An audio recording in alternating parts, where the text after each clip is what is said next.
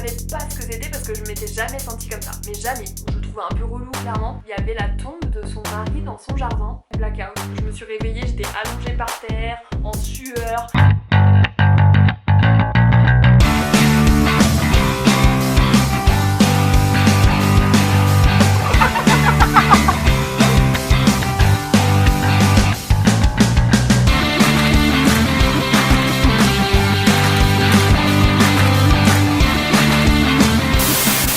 Salut les gens, j'espère que vous allez bien. Bienvenue dans cette nouvelle vidéo que je suis trop contente de faire et que j'avais en tête depuis un bon moment. Si vous êtes nouveau sur cette chaîne, vous ne savez peut-être pas, mais j'adore voyager, je voyage beaucoup. J'ai eu la chance très jeune de beaucoup voyager avec mes parents et ma famille qui avait aussi cette culture du voyage et ce goût pour le voyage. Et c'est d'ailleurs sûrement pour ça que j'ai aussi cet attrait pour le voyage maintenant moi-même. Et c'est aussi une période, un moment où il t'arrive forcément des anecdotes, t'as forcément des trucs à raconter. Et je me suis dit que ce serait super sympa de faire une vidéo dans laquelle je vous racontais une anecdote tout simplement par pays que j'ai pu visiter. Comme je vous disais, j'ai eu la chance de beaucoup voyager, donc je ne vais pas faire tous les pays dans cette vidéo, sinon ce serait 1000 fois trop long. Mais j'ai choisi 4 il me semble, 4 pays où j'ai inscrit une anecdote à côté, un souvenir, quelque chose qui s'est passé d'un peu drôle ou d'un peu épique pendant mes voyages. C'est parti!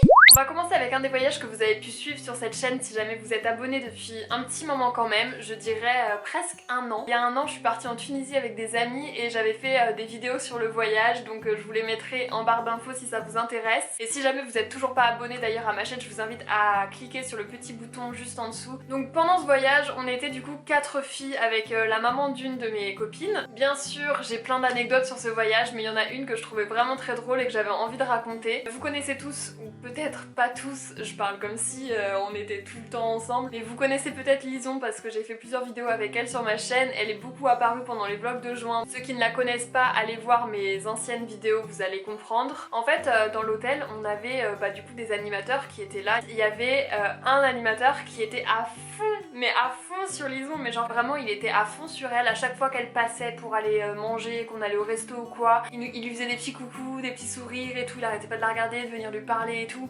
Bref, en soi il était sympa, enfin moi je trouvais un peu relou clairement, mais il était pas méchant quoi. Et plusieurs fois il lui a fait un petit peu des avances, et en gros Lison n'était absolument pas intéressée pour quoi que ce soit avec cette personne. Donc elle savait pas trop comment s'en débarrasser entre gros guillemets sans être méchant, parce que bien évidemment il était pas méchant, donc on voulait pas être méchante en retour, et voilà, elle est restée très polie avec lui. Mais c'est vrai que des fois il était un petit peu lourdingue. Donc en fait tout simplement on s'est dit avec Lison qu'on allait se faire passer pour un couple, tout simplement, comme quoi j'étais la copine de Lison et qu'on était en couple, et que ça commençait moi à m'énerver vraiment, qu'il commence à toucher à ma meuf. Un jour il est venu et tout, et puis je sais plus comment ça s'est passé, mais genre il a chopé la casquette de Lison et il s'est enfui avec, genre en mode ah faut que tu viennes la chercher, tu vois cette petite technique pour attirer quelqu'un. Il a fait ça, c'est moi qui me suis levée, et à un moment donné j'ai commencé à dire ouais non mais maintenant ça suffit et tout, la casquette c'est moi qui l'ai offert à Lison donc stop. Et là Lison elle a commencé à dire non mais en fait c'est ma copine, c'est elle qui m'a offert, c'est un cadeau de ma copine et tout, donc franchement là elle commence un peu à être énervée, faudrait que tu lui rendes la casquette,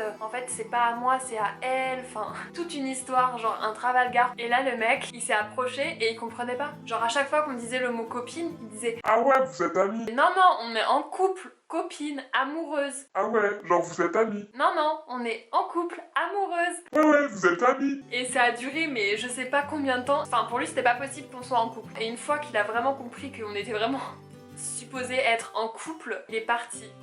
Il s'est décomposé le pauvre, puis il a rendu la casquette et c'était la fin de son histoire d'amour avec Lison. Enfin dans un seul sens quoi. Donc je trouvais cette anecdote très drôle et je me suis dit que pour les filles qui passent par là, si jamais des fois il y a des mecs qui vous font chier ou qui sont un peu trop lourds ou un peu relous, un peu insistants et qui comprennent pas le nom, faites genre vous sortez avec votre pote et puis voilà, il n'y a plus de problème. Ma deuxième anecdote c'était quand j'étais en Égypte. Donc je suis allée en Égypte il y a quelques années maintenant. C'est vrai que dès qu'il fait chaud, c'est de la chaleur très pesante et c'est vrai que c'est vite irrespirable, c'est vite très lourd. On devait partir un jour faire une excursion dans le désert, voilà, tout se passe bien, on va au petit déjeuner, je me prends mon assiette au buffet, tout ça, je vis ma meilleure vie, j'étais trop contente d'aller faire du 4x4 ou du quad, je sais plus ce qu'on allait faire. Et en gros je commence à manger et là je commence à me sentir trop mais trop mal, mais tellement mal, et je savais pas ce que c'était parce que je m'étais jamais sentie comme ça, mais jamais. Et là je me suis dit ça y est, c'est sûr je vais être malade, genre je vais vomir et tout, c'est sûr. Et en plus moi faut savoir que j'ai la phobie du vomi, je vais pas m'étaler là-dessus maintenant parce que voilà c'est beaucoup trop long, mais j'ai vraiment une phobie à faire des crises d'angoisse, pas une phobie genre ah j'ai peur des araignées, tu vois, vraiment une vraie phobie, le vrai mot phobie. Mon angoisse elle montait, donc j'ai rien dit à personne, je me suis levée de la table, j'étais avec toute ma famille en plus, je me suis levée de la table, j'ai été aux toilettes et tout, et genre j'étais là genre putain ça y est c'est la fin de ma vie et tout, et je me sentais de plus en plus mal, de plus en plus blanche, je voyais un peu flou et tout, je me suis sentie super mal, et à un moment donné je me sentais vraiment tellement mal, je suis ressortie des toilettes en essayant d'aller chercher mes parents, parce que je me suis dit là faut pas que je reste toute seule, si jamais je tombe, enfin voilà je sais pas ce qui peut m'arriver mais faut pas que je reste toute seule. Donc je suis sortie des toilettes et là je voyais mes flous, je ne voyais plus rien. Heureusement je ne sais pas par quel miracle, mon père qui a dû s'inquiéter du fait que je sois restée un petit peu trop longtemps aux toilettes était venu me chercher pour voir si ça allait bien. Il m'a assis sur une chaise et là je suis tombée sur le côté comme ça, enfin je me rappelle pas c'est ce qu'il m'a dit, je suis tombée sur le côté comme ça et après blackout. Je me suis réveillée, j'étais allongée par terre, en sueur, dégoulinante, dégueulasse et je ne comprenais pas ce qui se passait. Donc du coup voilà, j'ai fait un bon gros malaise des familles, c'était le premier d'une longue série parce qu'après j'ai découvert que j'étais hypoglycémique et donc ça m'est arrivé bien plus souvent. Au final j'ai loupé la sortie buggy dans le désert. Super.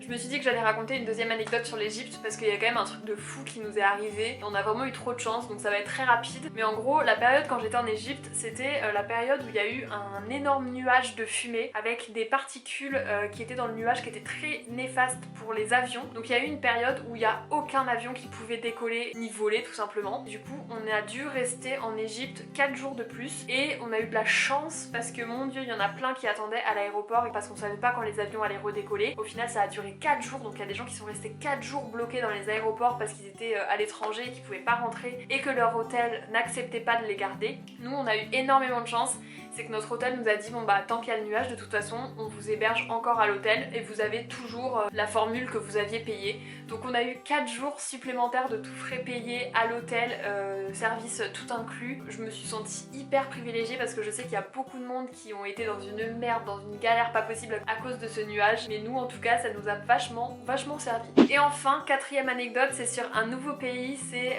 sur mon voyage en Irlande que j'ai fait avec ma classe européenne en terminale je crois. Et en fait pendant ces voyages en général l'intérêt c'est qu'on est en famille d'accueil, qu'on est chez des habitants, chez des locaux pour pouvoir nous aider à parler anglais. Mais on n'est jamais seul, donc moi j'étais avec une très bonne copine à moi et on était dans cette maison d'une vieille dame très gentille, elle nous a super bien accueillis, on avait une chambre qui était tout à fait correcte pour le séjour. Je sais que des fois on peut tomber dans des familles qui sont vraiment catastrophiques, donc avec ma copine on était super contente d'être tombée ici parce que ça nous semblait super cool par rapport à ce que d'autres pouvaient avoir. Et en gros elle avait vraiment une grande maison mais elle vivait toute seule. À plusieurs endroits de sa maison il y avait quand même des photos de son mari et tout, donc nous on s'est dit que son mari devait être décédé, mais en gros il y a eu une histoire super chelou avec cette dame. Elle demandait à ma copine par exemple qui fumait, qu'elle pouvait fumer à l'intérieur de la maison parce que ça lui rappelait son mari décédé et tout. Elle nous donnait des vases en cristaux, en pierres précieuses, bref, pour qu'elle mette ses cendres dans ce vase, pour qu'ensuite elle puisse prendre le vase avec les cendres de la cigarette de ma copine, pour les mettre à côté de sa table de chevet, pour pouvoir sentir cette odeur, parce qu'apparemment son mari décédé fumait le cigare. Comment vous dire que c'est une situation extrêmement gênante, que quand quelqu'un nous dit ça, on était un peu genre « Ah ».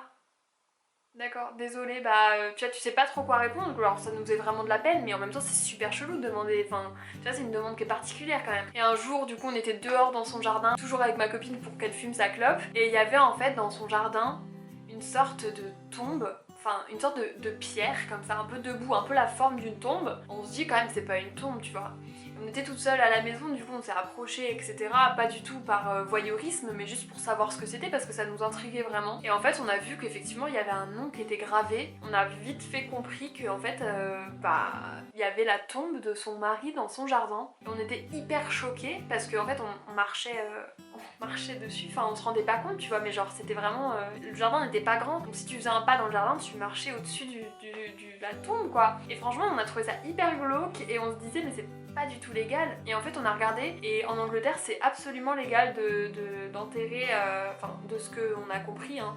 Ça se trouve ça a changé, ça se trouve on a mal compris, c'est possible. De ce qu'on a compris c'était légal en Irlande d'enterrer ses proches dans son jardin.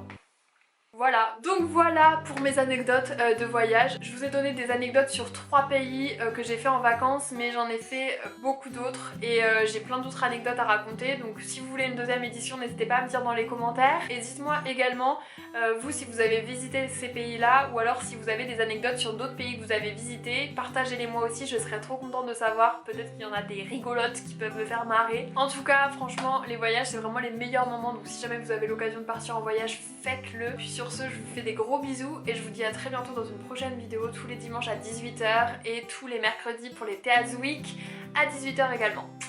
La bise!